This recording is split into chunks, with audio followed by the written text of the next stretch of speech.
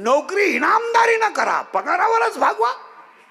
अरे पगाराला हातच लावी ना तू, वरच्या वर स्लॅब टाकीतो आणि ईडी पोरं पैदा करून गाव बिघडून देतो. कशाला करू? ज्या ज्या नोकरीवाल्यांनी नोकरीला असताना टक्का काढला, म्हणजे 2% कशातही, घरकुलात, मुतारीत, बाथरूम मध्ये, त्यांची अवस्था रिटायर झाल्यावाशी येडे होऊन येणार त्या गावात. कुत्रीचा मुका घे, बोकड्या बस, एकटेच बोला त्या, एकटेच हसा त्या, काही करतील ते, काही बी. तो तळतळाट आहे. मग मी सांगू एका मिनिटात, शेळीच्या गळ्याचं सड किती लोंबलं तरी ते दूध कधी देत नाही. काशीतलं घुशीड किती चिटकलं तरी ते दूध कधी पित नाही. गाळातला बेडूक किती डरला तरी तो फुलाचा सुगंध कधी घेत नाही. प्रेताला किती जरी सजवलं तर ते उठून बसत नाही. पापाची इस्टेट किती कमवली तरी समाधान देऊ शकत नाही. पुन्हा उलट फिरा तिथंच, पुन्हा तिथं उलटच फिरा तिथं. उसाला किती लांब तुरा आला तर तो फायद्याचा नाही. साबरीचं वन किती मोठं लावलं तर ते फायद्याचं नाही, फायद्याचं नाही. पुन्हा ओवी सांगा, खडकावर पडलेला पाऊस कधी गावाच्या फायद्याचा नाही, आणि भाजून पेरलेलं बी कधी उतरू शकत नाही, कधीच नाही. कधी तुम्हाला वाटतं तसं. पुन्हा उलट फिरवतो, कर्म हाच देव. मानवाला फिट करा. अभ्यासापेक्षा सेट ज्ञान, ज्ञानापेक्षा सेट देवाचं गेलं बाबा ज्ञान. आणि दुसरी ओवी आहे, कर्म हाच देव. कर्म. जगातले सगळे संत देवाकडे गेलेत, पण सावता बाबा असे संत आहेत, देव त्यांच्याकडे आलेत. पुन्हा ऐका, अख्खं जग देवाची पूजा करतंय. अख्खं जग देवाची पूजा करतंय. देव तुकोबारायची पूजा करीत होते. अख्ख्या बाया उपवास करतात, पण देव जनीला जळू लागत होते. तुम्ही अभ्यास करा. अख्ख्या पुरी भजन करतात, पण देव मीराबाईचं विष पेत होते. असं होत हे चालतच नाही. नाही नाही नाही, मला वाटतंय, वाटूनच देऊ नको तुला. मला वाटतंय, वाटूनच देऊ नको. तू एक तर हरिपाठ पाठ कर, नाही तर नदी येऊ निघ. तुला वाटूनच देऊ नको काही. मी सांगू, वासरू मेलं, वासरू मेलं गायचं. गाय काय दूध देत नाही. शेतकऱ्यानं आयडिया केली, वासरू फाडलं आणि त्याच्यात भुसा भरला आणि गाई पुढे ठेवला. गाईनं दूध दिलं. पण हा प्रयोग फक्त जर्शीलाच चालतो, गावरानला नाही. गावरानला एका लाटात घडी घरातून तांबे आणला. जर्सी तर काय नाही. जर्सी हे बरे, ए बरे वैगडे रांगेत, दे ना पाणी. कोण दे तर ते ठेवते पाणी तिथं खाली, ती फेकून ती बाटली तिथं. मी पिलो तरच तुम्हाला पाणी. मी पिलो, तुम्ही काहीच न करता 1.5 बाटली आणली. मी तसंच उडतोय, म्हणजे बंगलेवाल्याला घरकोल असं आहे. माझा जीव चाललाय आडू आडून. त्यांनी बाटल्याच्या बाटल्या कमायच्या, म्हणजे रोजगार हमी काम कमी, निम्यात तुम्ही हमी. विठाला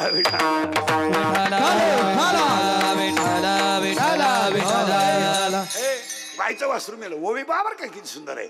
भुस्सा भरला आणि गाईनं दूध दिलं. ओवी ऐका बर का, सत्याचा भोगसा काढला, आत तृण वटा भरला. ज्ञानोबा म्हणजे सत्य काढलंय आणि आज भुस्सा भरलाय.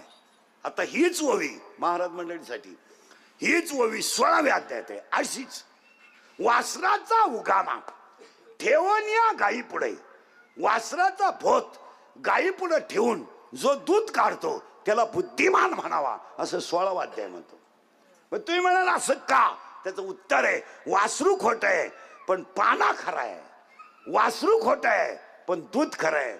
जग खोट आहे पण संतन ग्रंथ खरे आहेत. हे त्याचं ओळीचं उत्तर आहे. परत थोडं मागं फिरायचं. 3 ओव्या क्लिअर झाल्या. आता पुढची ओळी. अभ्यासापेक्षा श्रेष्ठ ज्ञान, ज्ञानापेक्षा श्रेष्ठ देवाचं ध्यान, आणि कर्म हाच. शेतकऱ्यानं एकच काम करायचं. काय करायचं? 18व्या अध्यायामध्ये 880 नंबरची ओवी आहे.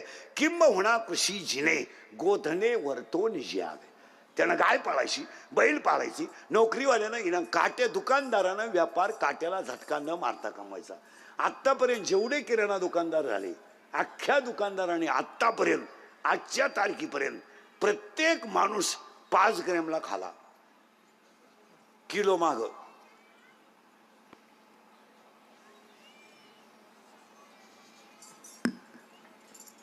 काढा हिशोब. किती ग्रॅमचा किलो? अरे ग्रॅमचं किती ग्रॅमचा किलो? 1000. मग अर्धा किती? 500. पावशेर किती?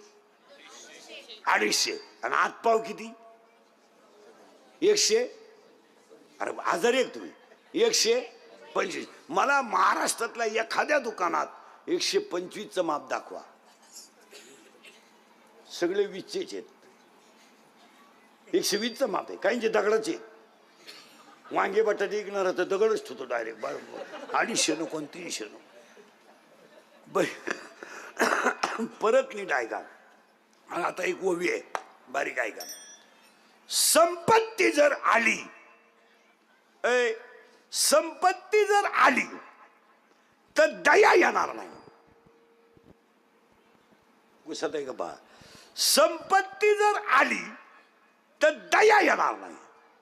आणि दया जर आली, करेक्ट, संपत्ती येणार नाही. पण दोन्ही जर एकत्र आले तर तो देव झाल्याशिवाय राहणार नाही. त्यांची पुण्यतिथी आहे. संपत्ती आली ना, दया येणार नाही.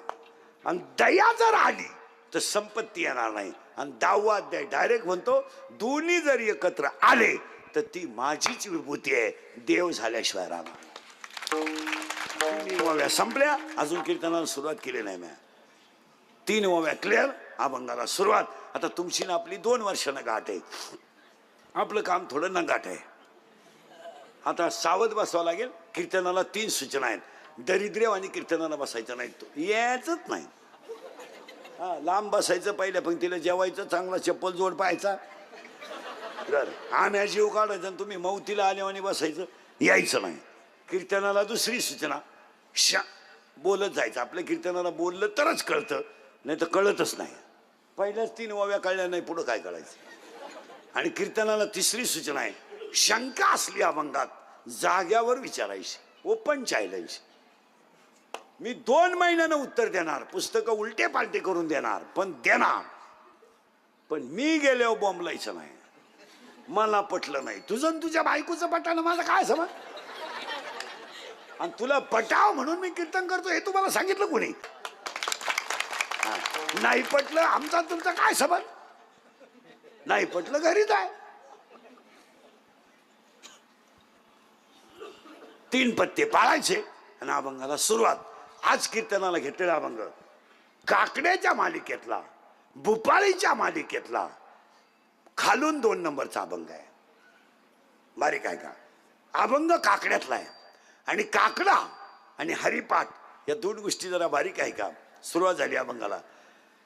काकडा आणि हरिपाठ. माळकरी मंडळीने आहे का, मेल्यावर मोक्ष मिळतो किंवा नाही हा वादाचा प्रश्न आहे. डोक्यात घुसत आहे का बा.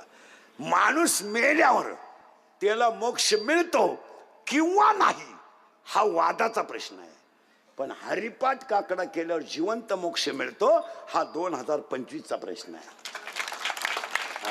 मेल्यावर काय होईल. आता समजा मी मेलो, मरणार नाही, मेलो, माझी बायका पोरं रडली आणि त्यांनीच मला जाळलं ना. मी तसा पेटत नव्हतो, टायर वापरले. तसा पेटत नव्हतो, मिठाची गोण ओतली. हा माईक व्यवहार आहे. हा माईक व्यवहार आहे. याचा परमार्थाशी काहीही संबंध नाही.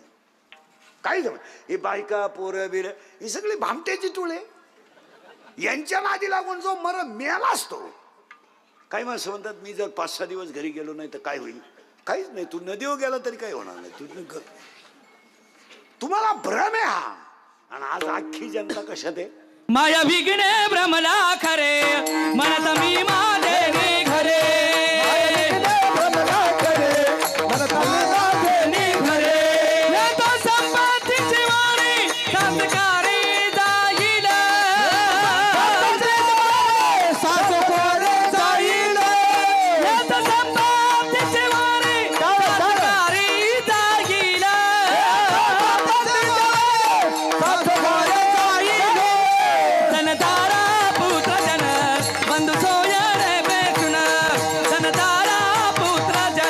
बंधु सोया रे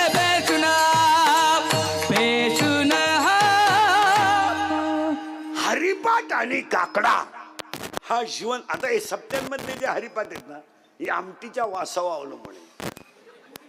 आमटीला कड आला का भजने पिसाळले. हे काय ते हरिपाटन फेरीपाठ, हे काय सप्त्यांमधले कुठे हरिपाठ आहे. काकडे काही काकड्याला उठतात, हरिपाठाला उठत नाही, कीर्तनाला राहत नाही. ते म्हणजे आम्हाला काकडा करावा लागतो. काकडा करतो म्हणजे तुझा देवाचा काय हागम आहे का. 1.5 किलो गुळ खातो आणि एकच गवळण म्हणतो काय काकडा करतो. या लोकांना का एक वाक्य सांग का, जगात जेवढे ग्रंथ आहेत तेवढ्या ग्रंथाचा सार म्हणजे हरिपाठ आहे. तुम्ही जगात हे रामायण महाभारत काय तुमचं पुराण फिराण काय असेल ते कोणताही ग्रंथ सापडा, हरिपाठा इतका श्रेष्ठ ग्रंथ नाही. आणि पुरी ध्यानात ठेवा, यांच्या इथं शिकायला असणारी पोरं सोरं 27 गायक वादक 27 अभंग कधी नाचून म्हणायचे नाहीत. 27 अभंग कधी उड्या मारून म्हणायचे नाहीत. 27 अभंग कधी अश्लील चाली लावून म्हणायचे नाहीत. आणि 27 अभंग कधी नाचून म्हणायचे नाही. तुम्ही म्हणाल का का मारकरी मंडळी, हरिपाठातले 27 अभंग कधी नाचून म्हणू नये. का माहितीये तुम्हाला, ते 27 अभंग लिहिणार बाळच इतकं कोवळय की त्याचं वयच फक्त 15 वर्ष आहे. आणि 15 वर्षाचं बाळ विश्वाची आई आहे. आमच्या 55 वर्षाच्या म्हाताड्याचा हरिपाठ पाठ नाही, 16 नातू आहे त्याला. आणि त्याचा पोरे म्हणतो माझ्या बापाची 71वी करायची आहे. इतक्या दिवस तो बाप थायचं कामच काय, काय त्याला पुलावरून फिकितो काय करतो. संसार करणं हा काय पराक्रम आहे का. ही गाडी घेणं, बायको करणं, पोरं पैदा करणं हा काय इतिहास आहे का क्रांती केली तो. हॅलो मला मुलगा झाला, काही मिरवणूक काढायची तुझी का. आतापर्यंत कोणाला जमलं नव्हतं, तुला एकट्यालाच जमलं. तू एकटाच नर रे का अख्ख्या गावात. अरे पागला, तुला एकच झालं एका वेळेस. तू बाकी प्राण्यांचा अभ्यास कर, 12 होतात रंग बदलून. आणि तुला एकच झालं तर पोरग पालथं पडायला लागलं का टेटसला, पोर उताना पडायला लागलं का टेटसला, पोर दात वासवायला लागलं का टेटसला. अरे पोरग तुला हाणताना टेटसला ठुई बावळ्या. उत्तर ऐकायचं का. अरे साखर कशातही घातली तर गोडच आहे, कारलं कसंही खाल्लं तर कडूच आहे, मिरची कशी खाली तर तिखट येते. 17व्या अध्यायामध्ये एक ओवी आहे, पाणी जर थंडानं गेलं ते मिरचीला गेलं तर तिखट झालं, कारल्याला गेलं तर कडू होणार, आणि मिरचीला गेलं तर तिखट होणार, कारल्याला गेलं तर कडू होणार, आणि उसाला गेलं तर गोड होणार. पाण्याचं काय झालं. हे बायको करणं पोरं पैदा करणं हा काय इतिहास आहे काय. माई डोळे मिटायला म्या नातू पाहिलं मोकळे झाली. मिरची पावडर घाल डोळ्यात, काय पराक्रम आहे का. परत नाही तुम्ही बधीर व्हा अजून 10 मिनिटात. तुम्हाला आत्ताच सुधारलं मी काय म्हणतो. अजून 10 मिनिटात चक्कर येईल तुम्हाला. काय नाही मग हे काही पराक्रम आहे का. उत्तर मागे फिरवायचे आपल्याला. ते बाळच फक्त 15 वर्षाचं आहे आणि त्या बाळाचा हरिपाठ आहे. हरिपाठ कधी नाचून म्हणू नये. कारण पुढे उत्तर सांगा, जगातले जेवढे ग्रंथ आहेत तेवढ्या ग्रंथाचा सारच हरिपाठ आहे. आणि हरिपाठ आणि काकडा जीवनाचा गाभा आहे. आता आपले दिंड्यांमधले काकडे कधी होत्या, जेवल्या वळवंटापासून लिंबाच्या झाडापर्यंत झोपले. एक नाटक आहे सगळी.